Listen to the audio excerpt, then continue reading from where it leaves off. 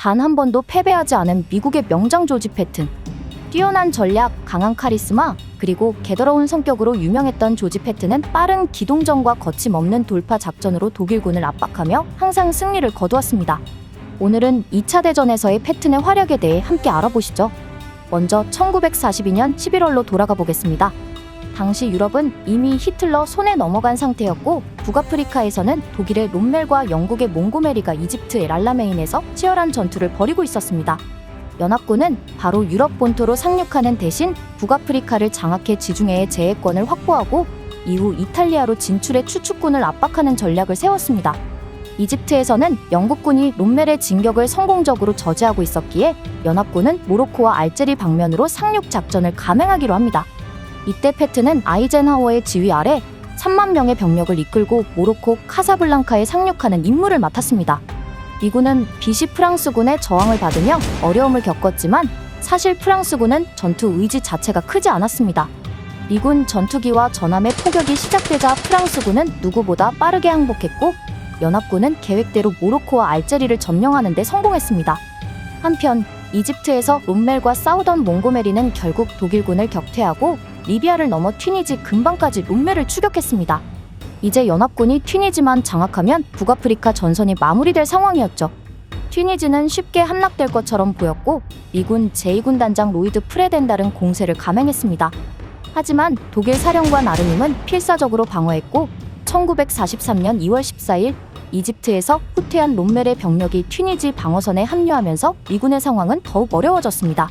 한편 롬멜은 전략적 후퇴를 원했지만 히틀러의 절대 후퇴 금지 명령으로 인해 어떻게든 튀니지를 사수해야 했습니다. 이에 미군의 보급 거점을 공격해 전세를 역전시키려 했고 의외로 미군은 처참하게 패배했습니다. 프레덴달은 시디부지드 전투와 카세린곡의 전투에서 연이어 참패하며 튀니지 국경까지 후퇴했고 영국군은 미군을 이류군대라며 조롱하기까지 했습니다. 연이은 패배와 조롱에 개빡친 미국 지휘부는 프레덴달을 해임한 뒤 패튼을 제2군 단장으로 임명했습니다. 패튼은 성격이 더러워 능력에 비해 인정받지 못했던 인물이었지만 미국은 더 이상의 패배를 용납할 수 없는 상황이라 광전사 패튼이 투입된 것이죠. 제2군 단장이 된 패튼은 부대의 훈련과 규율을 강화하며 군단의 사기를 높였습니다. 그는 프레덴달 밑에서 정신 못 차리던 오합지졸들을 무자비하게 갈궈 신병에서 전사로 바꿔내는 데 성공했습니다. 훈련을 마친 패튼은 독일 지휘관 롬멜과 맞붙기를 기대했지만 정작 롬멜은 독일로 돌아간 상태였습니다. 패튼은 아쉬움을 뒤로하고 성공적으로 튀니지를 점령하며 화려한 데뷔전을 마쳤습니다. 북아프리카를 장악한 연합군은 다음 단계로 이탈리아를 공격하기로 합니다. 전략은 시칠리아에 상륙한 뒤 북쪽으로 진격하는 것이었습니다. 패튼은 제7군 사령관으로 임명되었고 영국군의 몽고메리와 함께 시칠리아 상륙 작전에 참가했습니다.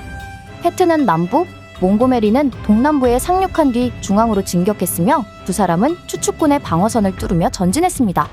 그러나 몽고메리는 공을 독차지하기 위해 패튼에게 할당된 공격로까지 빼앗으며 진격했는데 이에 분노한 패튼은 복수를 다짐했습니다. 그는 미친 듯한 속도로 북쪽을 장악하며 독자적으로 돌파했고 원래 몽고메리가 먼저 점령할 계획이었던 메시나에 먼저 도착하며 복수에 성공했습니다. 패튼은 통솔력이 뛰어났지만 인성에는 사소한 하자가 있었습니다. 패튼은 독일군 목을 뽑아서 몽고메리 똥구멍에 쑤셔버리겠다는 말을 하고 다녔고 전투 중 포로를 학살하는 사건이 있었습니다. 거기다 병원에서 PTSD를 앓고 있던 병사에게 싸다구를 날려버리기도 했죠. 이를 계기로 패튼을 달갑지 않게 여기던 미군 지휘부는 그를 해임했습니다. 하지만 패튼은 연합군에게 너무나 중요한 지휘관이었기에 단순히 퇴출시키기에는 아까운 인물이었습니다. 이에 연합군은 그를 노르망디 상륙작전의 속임수로 활용하기로 합니다. 당시 연합군은 프랑스 노르망디의 안을 통해 유럽 본토를 탈환할 계획이었지만 독일군을 교란시키기 위해 패튼이 이끄는 가짜 군대를 만들어 칼레로 상륙할 것처럼 꾸몄습니다. 독일군은 패튼이 미군에서 가장 중요한 지휘관이라 생각했기에 상륙 당일에도 영국에 있는 패튼의 부대가 움직이지 않자 노르망디가 양동작전이라 오판하기도 했죠. 한편 노르망디에 상륙한 연합군은 독일군의 강력한 저항에 고전했습니다.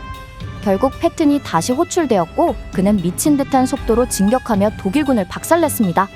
패튼의 전략에 대해 잠깐 설명하면 선두에는 기갑이 앞장서서 진격하고 후방에는 보병과 포병을 배치합니다. 선두의 기갑군이 적군의 저항에 부딪혀 더 이상 진격이 어렵게 되면 기갑은 그대로 우회해서 다시 전진하고 뒤따라오는 보병과 포병이 적군을 상대하는 것이죠. 이런 식으로 미친 듯이 기갑을 진격시키면 방어자 입장에서는 기갑을 막기 위해 다시 군대를 배치해야 하고 패트는 또 우회해서 진격했습니다. 이걸 몇 번 반복하면 방어자의 전선이 망가지는 거죠. 이 전략은 기갑 부대가 포위되어 전멸해버리거나 너무 진격해 보급을 제대로 받지 못하는 사소한 문제가 있었지만 아무튼 패트는 대체로 잘 해냈습니다. 이후 패트는 프랑스를 넘어 독일 국경에 도달했습니다.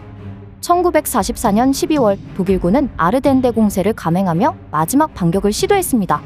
이 과정에서 101 공수사단이 바스토뉴에서 포위되었는데 대부분의 지휘관들이 구출이 불가능하다고 판단했지만 패트는 달랐습니다. 눈보라로 진격이 힘들었지만 신께 기도를 드려 눈보라를 멈추는 기적을 보여주었고 단 3일 만에 160km를 전진하며 바스토뉴에 도착했습니다. 모두가 포기했던 101 공수사단을 패튼이 구한 것이었죠. 이후 2차 대전은 연합국의 승리로 끝납니다. 전쟁을 끝났지만 패튼은 아직 배가 고팠습니다. 그는 지금 당장 소련을 공격해야 한다고 강력히 주장했죠. 이런 미쳐버린 공격성 때문에 또 한 번 해임되었고 몇 달 뒤 교통사고로 사망했습니다. 패튼은 너무 직설적이고 정치적으로 위험한 발언을 많이 해 적이 많았지만 능력만큼은 1등이었습니다. 만약 그가 살아남았다면 6.25 전쟁 때 한국으로 왔을 수도 있었겠네요. 구독과 좋아요를 눌러주시면 이탈리아군 항복 속도로 영상이 제작됩니다. 후원해주시는 모든 분들께 항상 감사드립니다.